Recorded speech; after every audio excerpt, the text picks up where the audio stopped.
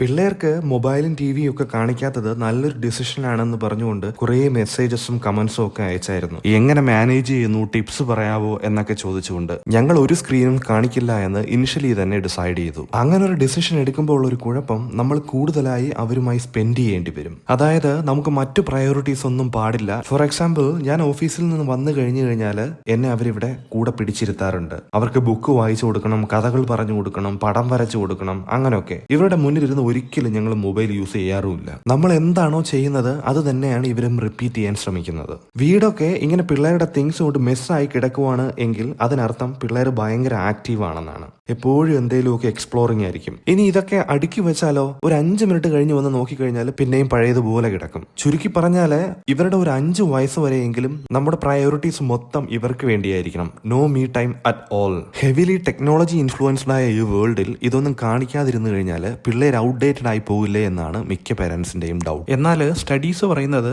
5 വയസ്സ് വരെയെങ്കിലും ഇവരെ ഇതൊന്നും കൊടുക്കാതെ കൂടുതലുമായും റിയൽ വേൾഡുമായിട്ട് കണക്ട് ചെയ്ത് എക്സ്പ്ലോർ ചെയ്ത് ലേണിംഗ്സിനുള്ള ടൈം കൊടുക്കണമെന്നാണ്. അത് നമ്മളിങ്ങനെ മൊബൈൽ കൊടുത്ത് വേസ്റ്റ് ആക്കരുതെന്നാണ് പൊതുവെ സ്റ്റഡീസ് പറയുന്നത്. എന്റെ പിള്ളേർക്ക് മൊബൈൽ എന്നേക്കാളും നന്നായി ഉപയോഗിക്കാം എന്ന് പറയുന്ന പാരന്റ്സിനെ നമ്മൾ ഒരുപാട് കേട്ടിട്ടുണ്ടായിരിക്കും. അങ്ങനെ നമ്മൾ പറഞ്ഞ് അഭിമാനിക്കേണ്ടതുണ്ടോ എന്ന് ചിന്തിക്കേണ്ടതുമാണ്.